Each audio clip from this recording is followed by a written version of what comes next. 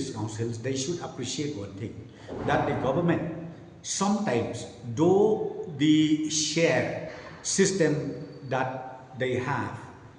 is not there, but there are instances where we even release it in advance as advance installment to the concerned respective this council. So when you talk about KHDC, let me tell you one thing. I think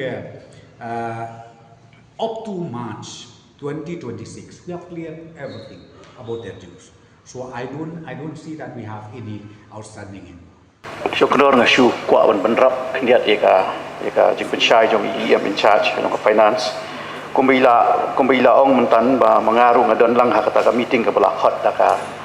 TC office dari kumban share lang ha yang hibro kawai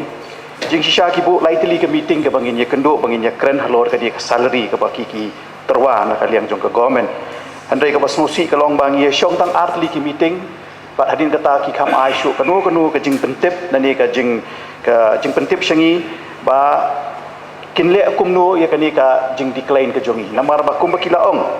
ngin bu lightly ke meeting andai ke pasongsi ke long ba ka meeting ke balai li kam khot issue yangi ke district council but kam ai syu kanu ka official communication nara kin khot ne kim khot hadu mentarung hipat yo kata communication tiga jing pensai ke bangah syukwa ban pensai ban benrap ya ke ai ke bai yam in charge la ong kalong ba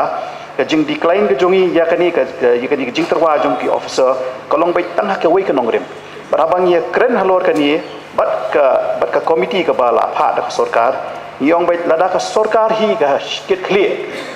kumbala ong iwi member ibu jing keliru yong ba kadai ban ai kat kum ke gran rengang ong syai ke sarkar bala da ka sarkar hi ka don kata ka jing kit clear ba kan yarap sisai ke district council balai kam pelat ya ke share ke district council hak por ke bobiang haduk mentana duk mensim snem ngipat yo ya ke share ke bakar sarkar ke diban ai ke district council ngaban jur halor kata tang pre naduk mensim snem bang ye keren haduk menta ya kata ke share ke sarkar ke khampat pelat yangi ke district council